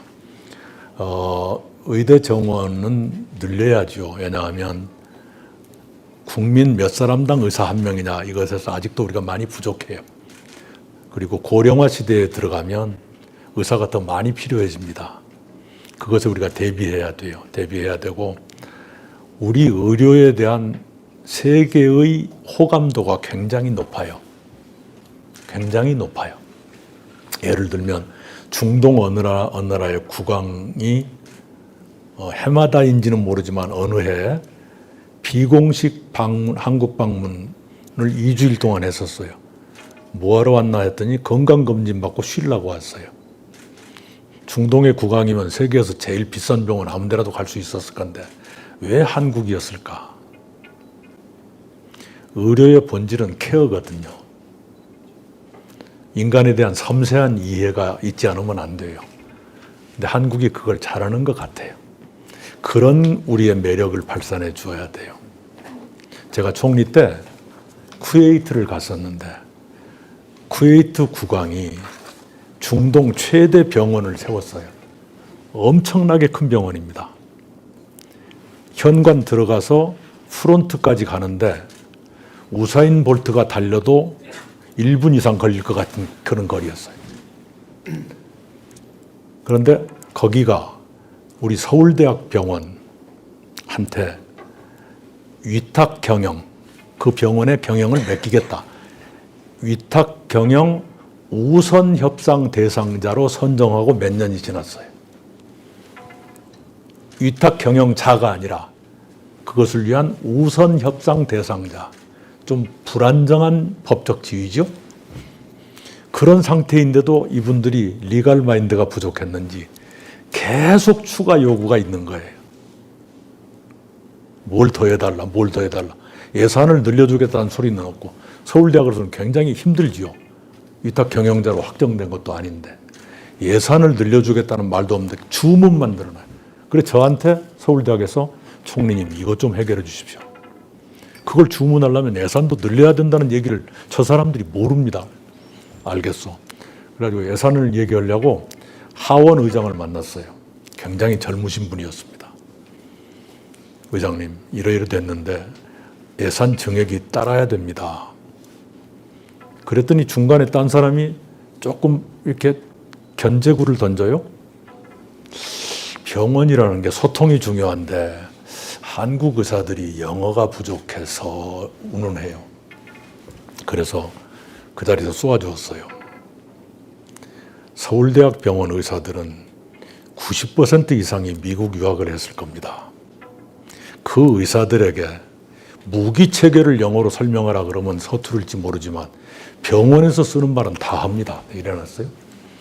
네, 그랬더니 하원 의장이 웃어버리더라고요. 한참 얘기하다가 갑자기 하원 의장이 저한테 그래요. 손흥민 보내주면 도와드릴게요. 이래요. 그분이 프랑스 무슨 축구 구단주예요. 그래서 아이고 그게 마음대로 되겠습니까 했더니 그때 이미 풀어져가지고 그해 연말에 서울대학을 위탁 경영자로 확정해 주었어요. 네, 그런 식으로 굉장히 우리 의술에 대한 세계적인 평가가 있어요. 그래서 국내의 고령화라고 하는 수요 증가뿐만 아니라 세계 시장을 보면서 좀 늘려주었으면 좋겠어요. 그리고 우리 의대생들이나 의사님들이 받아들여 주셨으면 좋겠어요. 물론 그때그때 협의를 해야 되고 갑자기 충격적으로 늘릴 생각을 말고요. 네, 이렇게 조심조심 늘려갈 테니 그리고 반드시 수요 공급을 판단하고 그리고 의료 현장에서 가장 시급한 것이 필수 의료가 점점 줄어드는 것 아니에요. 인기 쪽으로 점점 몰리고, 네, 필수 의료, 외과 수술 뭐 한다든가. 그다음 두 번째는 지방 의료의 공백이라든가. 여기를 우선적으로 채우겠다. 증원되는 분들은 그걸 각오해 주라. 의무적으로 거기 새롭게 증설된 거기를 나온 분은 의무적으로 그 지방에서 무슨 10년을 근무해야 된다. 이런 조건을 수락해라. 이런 식으로 장치를 만들어가면서 하는 것이 이 수용 가능성을 높이는 길일 거다. 이런 생각을 합니다. 네. 네, 답변 감사합니다. 말씀을 듣고 나니까 이 주제가 단순히 의뢰 증언만의 문제가 아니라는 것이 느껴집니다. 혹시 그 질문 중에서 대한민국 공학의 발전에 대한 질문이 있었는데 공학, 네. 그것도 답변도 간단히 한번 부탁드립니다. 네네네. 그게 참 중요하지만 우리한테 어려운 숙제예요. 스팀 또는 스템이라 그러잖아요. 그게 한 20여 년 전부터 중국은 그 분야에 집중적으로 인력 양성을 했어요. 스템이란 뭐냐 그러면 S, Science, T, Technology, E, Engineering, M, Mathematics, 수학입니다. 그리고 A를 하나 중간에 넣어서 STEAM, 그 A는 아트예요. 예술. 이 분야의 인력을 집중적으로 늘리다 보니까 딥시크 같은 량 원펑 40살 먹은 천재가 나오잖아요. 이 샘 해밀턴의 오픈 AI를 훨씬 싸게 만들어버린, 이 해밀턴, 해밀턴이 아니라 샘 올트만, 챗 GPT 만든, 그걸 개발했을 때 그 사람 나이가 40살이었어요. 그리고 량 원펑도 40살 때 딥시크를 개발했는데, 그때가 황금기인 것 같아요. 우리가 청년들을 수단으로만 생각할 것이 아니라 정치의 대상으로만 생각할 것이 아니라 그들이 어른들보다 훨씬 더 많이 갖고 있는 그것을 발휘할 수 있게 해주는 것, 그리고 그 분야의 인재를 빨리빨리 키워주고, 키우려면 그분들에게 미래가 밝게 보여야 돼요. 그래야 그쪽으로 가지요. 그런 것을 전략적으로 해줘야 됩니다. 안 그러면 굉장히 기반이 부실한 경제체제가 가다가 언젠가는 쓰러질 거예요. 그게 참 어렵습니다만 그래도 해야 됩니다. 네, 시간 관계상 현장 질문은 각 챕터당 한 명씩 받겠습니다. 이런 정책과 경제에 관련한 현장 질문을 하고 싶으신 분 있다면 질문 부탁드립니다. 저희 맨 뒤에 분 마이크 전달해 주세요.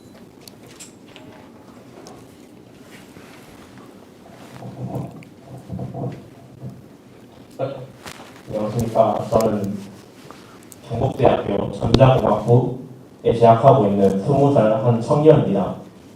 지난 총선에서 민주당이 192석이라는 초고대 야당을 갖게 되면서 수십 번에 달하는 무분별한 탄핵을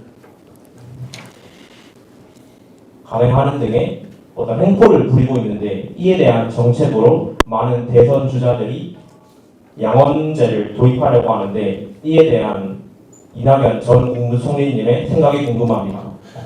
네, 양원제가 좋지요. 도입하는 것이. 그래서 하원은 지금의 지역구 의원 숫자를 조금 조정하고, 상원은 비례대표 숫자를 조금 늘리는 식으로 해서 상하 양원으로 하면, 그리고 뽑는 방식에 따라서는 상원은 지역 분할 구도가 많이 완화되는 식으로 될 수 있을 겁니다. 전국적으로 잘 알려진 중량급 인사들, 이런 분들이 잘 뽑히게 해서 상원에 앉히고, 하원은 지금처럼 각 지역에서 뽑는데 중선거구로 뽑으면 많이 달라질 거라 봐요. 그래서 하원에서 그런 조금 거친 법안이 통과되더라도 상원이 그걸 완화하거나 견제할 수 있는 그런 식으로 가는 것이 좋겠고요. 특히 양원제는 남북 통일에 대비한 것도 될 수 있습니다. 왜 그러냐면 인구 비례대로 국회의원 뽑다 보면 북쪽에서는 영원히 피해의식을 가질 거 아니에요. 그래서 상원은 이 지역 비례성을 강화해서 각 도별로 몇 명씩 뽑는다거나 이런 식으로 하면 북쪽의 손해본다는 생각, 피해의식을 완화할 수가 있죠. 지금 미국도 상원을 각 주마다 2명씩 이렇게 하다 보니까 인구가 많은 곳도 2명, 인구가 아주 적은 곳도 2명이거든요. 그래서 공화당이 인구보다는 이익을 본다는 생각을 하지요. 왜냐하면 중서부의 시골에서도 비슷한 숫자의 국회의원들이 상원의원이 뽑히니까 그쪽은 또 공화당 강세 지역이고, 그런 게 있습니다. 저는 찬성합니다. 네, 아까 손을 들어주신 분들이 꽤 많았어서 지금 현장 질문 한 번만 더 받도록 하겠습니다. 다시 한번 손 들어주세요. 네, 맨 앞에 분 모자 쓰신 분 마이크 좀 내주시기 바랍니다. 아이고, 마이크 드신 분의 주행거리가 굉장히 길어져요. 안녕하십니까. 저는 경북대학교 아동학부에 재학 중인 한정민입니다. 그 앞에 분과 거의 질문 방식이 비슷하다고 생각하고 윤석열 정부 들어가지고 뇌 갈등이 너무 심하다고 생각합니다. 180석을 차지한 여당은 날치기로 법안을 통과시키고 있고 대통령은 그에 대해서 거부권을 행사하는 악순환이 계속 반복된다고 생각합니다. 그래서 지금처럼 심한 뇌 갈등이 해결되지 않는다면 차기 정부가 출범하더라도 지금과 같은 상황이 반복될 거라고 생각하는데 총리님이 생각하시는 뇌 갈등의 가장 중요한 해결책이 뭐라고 생각하십니까? 지금은 무슨 해결책이 별로 보이질 않아요. 네, 이렇게 난폭한 사람들이 어느 날 갑자기 대호각성해서 절제하자 이렇게 할 것 같지가 않아요. 참고로 4월 4일에 헌법재판소가 윤석열 대통령 파면을 결정했던 그날 그 결정문에 민주당의 잘못에 대한 통렬한 지적이 꽤 많이 들어가 있었어요. 그런데 저 같으면 헌법재판소의 결정을 존중한다. 우리한테 주신 꾸지람도 무슨 엄중히 받아들이겠다. 이래서 제가 엄중낙연이 됐습니다만 이렇게 했을 것 같아요. 그런데 한마디도 없이 깔아뭉개고 가잖아요. 헌재가 그때 무슨 얘기를 했냐면 이렇게 했어요. 민주당이 주도한 이례적으로 많은 탄핵, 정부가 동의하지 못하는 법률안의 일방적인 처리, 정액이 없는 가맹만의 예산안 일방 처리 쭉 예시를 하면서 그런 것들이 국정 마비를 초래하는 행위가 될 수 있다는 피청구인 괄호 열고 윤석열 괄호 닫고 의 판단은 정치적으로 존중될 필요가 있다 이래놨어요. 말하자면 윤석열 저 사람은 대통령직에 있을 자격이 없지만 저 사람 말은 일리가 있는 것 같다 요 소리라요. 그러면 뭔가 화답을 해줘야 하는데 깔아뭉개고 가거든요. 근데 사과를 그때그때 하는 게 나중에 보니까 손해더라고요. 제가 그 짓을 잘했는데. 그러나 그러면 안 되잖아요. 지금 이 상태에서 갑자기 뭘 바꾸지는 어려울 거예요. 지도자가 변해야 됩니다. 그렇게 하지 말자. 그런 거 한다고 내가 좋아하는 사람이 아니다 이래야 되는데 너도 나도 그런 거 좋아하는가 보다 하니까 경쟁적으로 이상한 일을 하잖아요. 경쟁적으로. 큰일이라고 생각해요. 그래서 결국은 앞으로 공천제도 또 당수가 제왕적 권력으로 공천을 좌지우지하는 이걸 바꾸려면 정당법 개정 같은 게 필요하고요. 미국에는 당수가 없어요. 최고위원도 없고 원내대표만 있어요. 그렇기 때문에 공천을 당에서 좌지우지하지 않습니다. 각 지역의 당원과 지지자들이 후보자를 뽑지요. 근데 이걸 전부 중앙에서 틀어쥐고 있으니까 그것이 권력이 돼가지고 충성 경쟁하고 이러지요. 이게 큰 병폐인데요. 네, 그렇습니다. 네, 답변 감사합니다. 다음은 국제 이슈에 대한 질문입니다. 사전 질문 중 이런 질문이 있었습니다. 미중 갈등이 심화되고 러우 전쟁, 이팔 전쟁, 인파 분쟁 등이 일어나고 있는 혼란스러운 국제 정세 속에서 대한민국이 취해야 할 외교적 전략과 방향성에 대해서 어떻게 보고 계신지 의견을 듣고 싶습니다. 네, 우리에게 직접적인 영향을 주는 건 미중 경쟁이지요. 이렇게 했으면 좋겠어요. 우리가 안보는 미국의 영향 또는 신세를 많이 지고 있고요. 경제는 아직도 중국 쪽과의 거래가 더 많아요. 거리상으로는 중국은 바로 이웃나라고요. 그 대신에 미국은 우리의 유일한 동맹 국가예요. 그래서 이 동계 스포츠 중에 쇼트 트랙 있잖아요. 이 직선을 갈 때는 두 발을 차례로 이렇게 하는데 코너를 돌 때는 어느 한쪽에 중심을 두고 착 돌잖아요. 한미 동맹이라는 그 땅에 두 발 중에 하나는 반드시 딛고 있으면서 다른 한 발로 조금 조정을 해가는 그런 외교가 필요하지 않나 싶어요. 그리고 미중 경쟁 시대에 대응하려면 일본하고 협력하는 것이 필요합니다. 일본은 더 이상 우리보다 훨씬 강하거나 우월한 나라가 아니에요. 우리하고 대등한 처지가 됐어요. 1인당 국민소득은 우리가 더 많아졌습니다. 금년 2월 달에 포브스가 세계 주요 국가의 국력을 평가해서 발표했어요. 대한민국이 6등, 일본이 8등이었어요.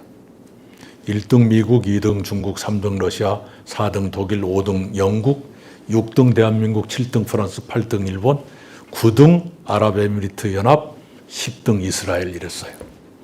놀라운 일이죠. 우리가 6등, 그들이 8등이라는 거.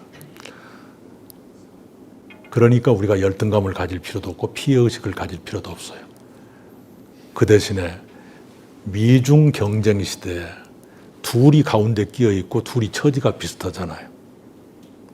우선 둘 다 미국의 동맹국가고 둘 다 중국 옆에 있잖아요. 그런데 각자 혼자 뛰어서는 미국을 설득하기도 중국을 설득하기도 어렵다면 둘이 손잡고 가서 설득하면 무시 못할 것 아니에요. 그렇게 했으면 좋겠어요. 미국한테 가서는 우리가 일본도 한국도 당신들의 동맹이란 거 알지 않느냐. 우리는 동맹을 굳건히 지킬 것이다. 그 신뢰를 유지할 것이다. 그래서 말하는데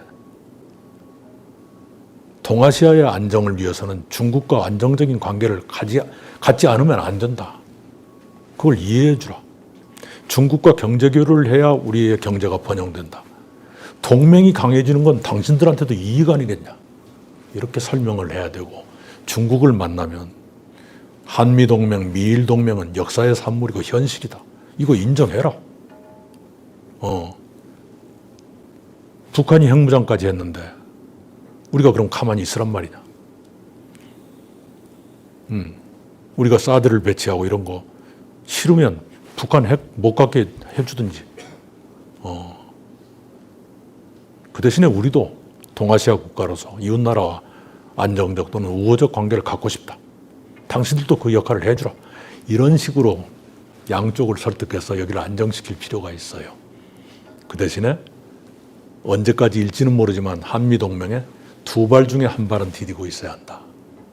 근데 지금 이제 꼭 그런 위중한 시기에 한국 대통령 선거가 있어서 지금 시기가 매우 중요하죠. 한 발 헛디디면 우리 운명이 이상해질지 몰라요. 그걸 지도자들과 국민들이 예의주시해 주셨으면 좋겠다 이렇게 생각합니다. 네, 이런 미중 패권 경쟁에 관한 문제는 저희 정치외교학과의 학회에서도 또 집중적으로 연구하고 있는 분야라서 개인적으로 이 쇼트트랙에 관한 비유가 와닿았던 것 같습니다. 네, 또 외교와 국제 이슈와 관련해서 현장 질문을 하고 싶으신 분이 혹시 계실까요? 네, 마이크 전달해 주시면 감사하겠습니다. 네, 안녕하십니까. 저는 정치외교학과 학생입니다. 요즘에 이제 중국과 대만 간의 양안 전쟁 발발 가능성이 굉장히 좀 커져가고 있다고 보는 사람들이 많은데요. 여기에서 이제 한국과 북한 같은 경우에도 휩쓸려서 3차 대전의 발발 가능성까지 종종 뉴스에서 나오는 것 같습니다. 이런 상황에서 한국이 거기 큰 태풍에 휩쓸리지 않고 좀 잘 슬기롭게 헤쳐나가기 위해서는 어떤 방향으로 외교 정책을 펼쳐야 될지 후보님의 생각이 궁금합니다. 네.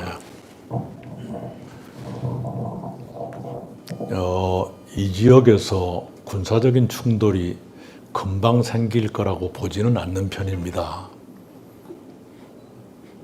그러나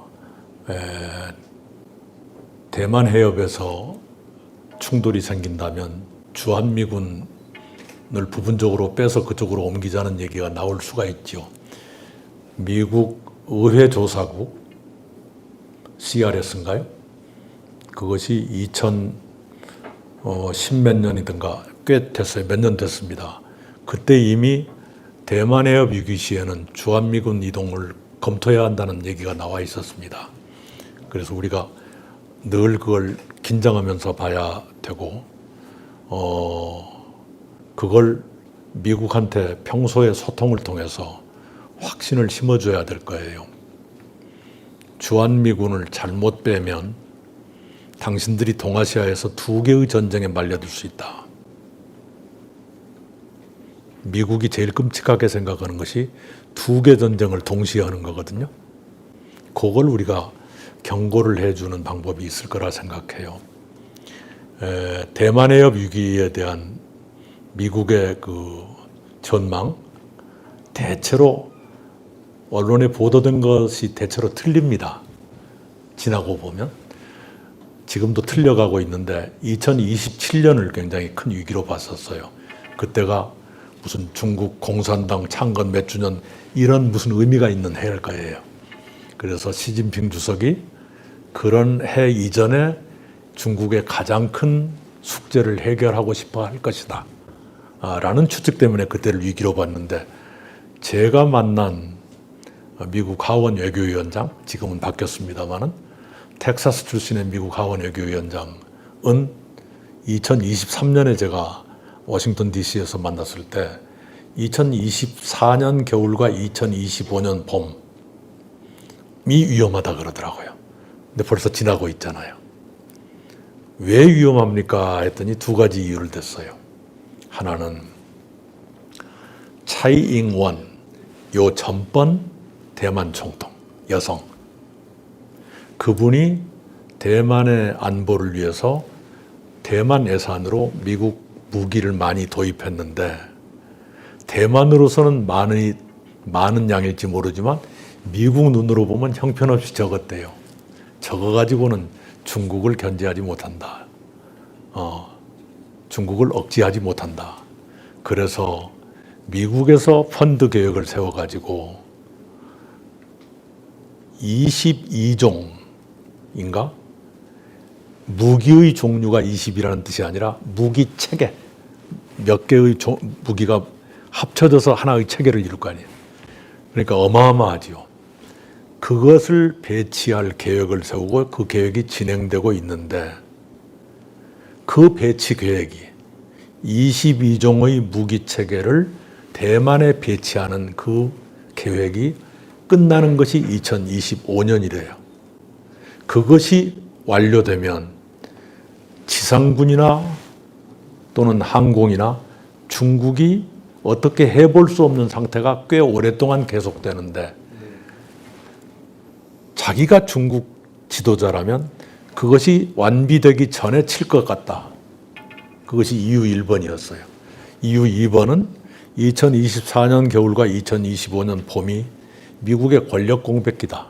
대통령 선거하고 새 대통령이 취임하고 이연절이, 그때가 미국이 제일 외부 문제에 대처하기 힘든 때다.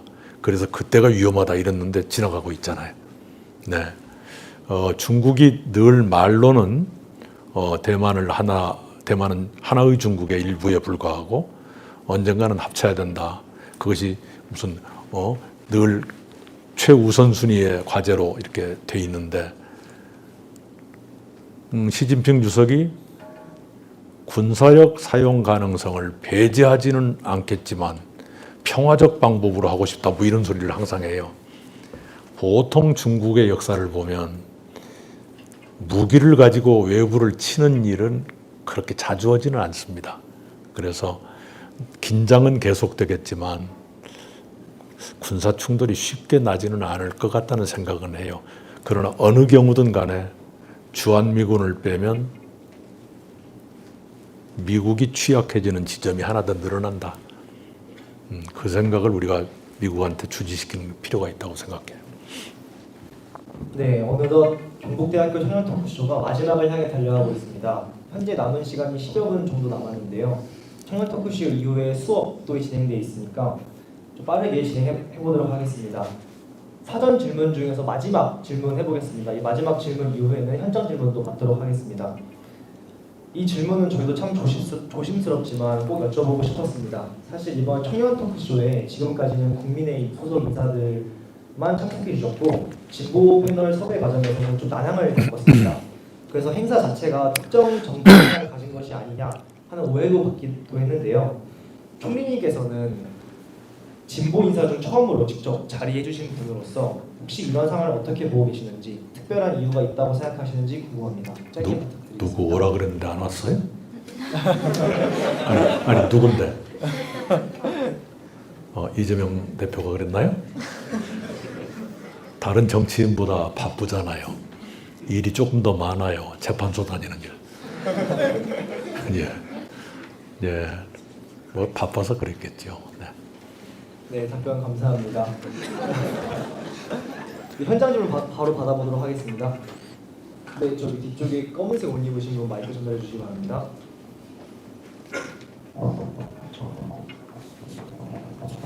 네, 안녕하십니까. 저는 정치학과 대학원 다니고 있는 학생입니다. 사실 지금의 정부 12월 3일 이후에 전국에서 사실 학계에서 많이 지적하고 있는 것 중에 하나는 정치의 사법화와 사법의 정치화를 많이 지적하고 있습니다. 사실은 이러한 상황들은 사실은 더 이상 사회 체계나 국가 체제 자체에 대해서 국민적인 신뢰가 상실되었다라는 지적이 많이 나오고 있는데, 해당 문제에 있어서 총리님께서 어떤 해법을 생각을 하고 계신지 답변 부탁드리겠습니다.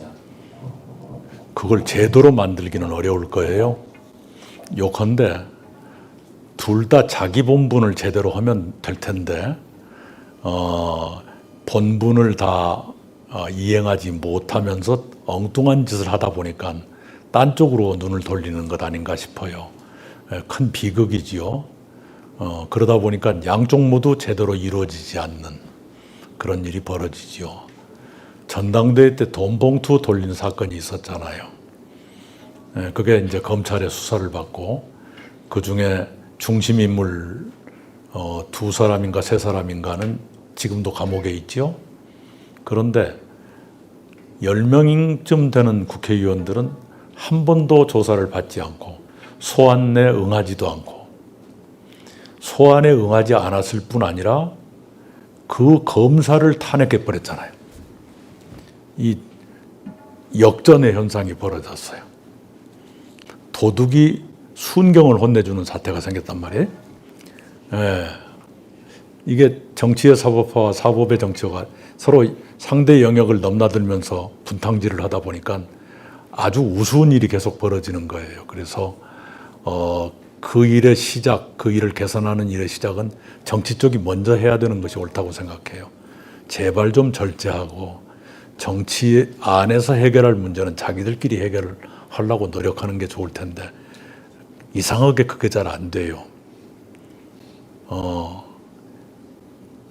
과거에는 특히 이제 제가 50대였을 때만 해도, 불과 한 15년, 20년 전만 해도 야간 국회가 끝나면 누가 먼저랄 것도 없이 3, 3, 5 이렇게 저녁 같이 먹거나 술 같이 먹게 되고 당과 관계없이 섞여서 먹어요. 그러면 또 당과 관계없이 선배가 술값 내주고요. 후배한테 칭찬도 해주고 이 의원 오늘 좋았어. 그렇게 싸나운지 몰랐는데 너무 싸납더라. 이런 칭찬도 되고 약간 충고도 되잖아요. 그런 일들을 겪으면서 이렇게 순화되곤 했거든요. 지금은 다른 당과 식사하는 것이 어려울 뿐만 아니라 같은 당에서도 파가 다르면 어울리지도 않는 험악한 세상이 됐어요. 그러다 보니까 무슨 문제가 생기면 고발부터 해놓고 대화로 풀 생각을 않고 이러거든요. 정치의 자기 부정이고 자기 포기예요. 그것을 좀 고쳐줘야 되는 필요가 있다고 생각해요. 제가 총리할 때 그때마다 국회의원들 초청해서 저녁에 막걸리 먹곤 했는데 민주당 쪽 사람들은 모시면 바로 왔어요. 그런데 국힘 쪽은 원내대표 임기가 1년이어서 1년마다 원내 대표단, 대표와 부대표 합치면 10몇 명 돼요. 그 사람들이 1년마다 바뀌거든요. 제가 2년 7개월 13일 총리로 일하면서 3번 바뀌었어요. 초청을 했는데 2번은 불응하고 1분만 응했어요. 나경원 대표가 거부했고요. 정우택 대표도 거부했고 김성태 대표만 응해 주었어요. 네, 그렇게 어렵더라고요. 그 총리하고 저녁 먹는 것도 무슨 그 내통이라고 보는가. 왜 그렇게 거부하는지를 모르겠어요. 뭐 설마 무슨 이상한 소리 했겠어요. 네. 돌아가신 노회찬 의원도 한번 저녁에 모셔서 막걸리를 마시는데 갑자기 옆자리에 비었고 사라졌어요. 막걸리 한참 마시다가 화장실 갔겠거니 했는데 한 30분, 20분 지나도록 안 와요. 이상하다. 조금 있으니까 왔어요. 아니 어디 갔었어요? 그랬더니 인터뷰했습니다. 전화 인터뷰. 그분은 술 마시고 인터뷰도 해요. 술 마시고 일해도 표가 안 나는 분이 송혜 씨하고 노회찬 씨밖에 없을 거예요. 예. 네, 오늘 이야기를 나누다 보니까 이렇게나 시간이 훌쩍 지나버렸습니다. 예. 오늘 이 자리를 함께 해주신 이낙연 후보님께 진심으로 감사드립니다. 마무리하기에 앞서서 오늘 토크쇼에 대한 소감을 짧게 한 말씀 부탁드려도 될까요? 네, 참 좋았고요. 네, 그런데 앞으로 다음에 오실 분을 위해서 그게 가능할지 모르겠어요. 이 의자 근방에도 확성 장치가 있어서 우리 학생들 웃음소리가 좀 나한테도 들렸으면 좋았을 텐데 실컷 웃기는데 반응이 안 들리니까 얼마나 힘 빠지는데요. 네, 네, 고마웠습니다. 아주 그리고 수준 높은 질문 고맙고요.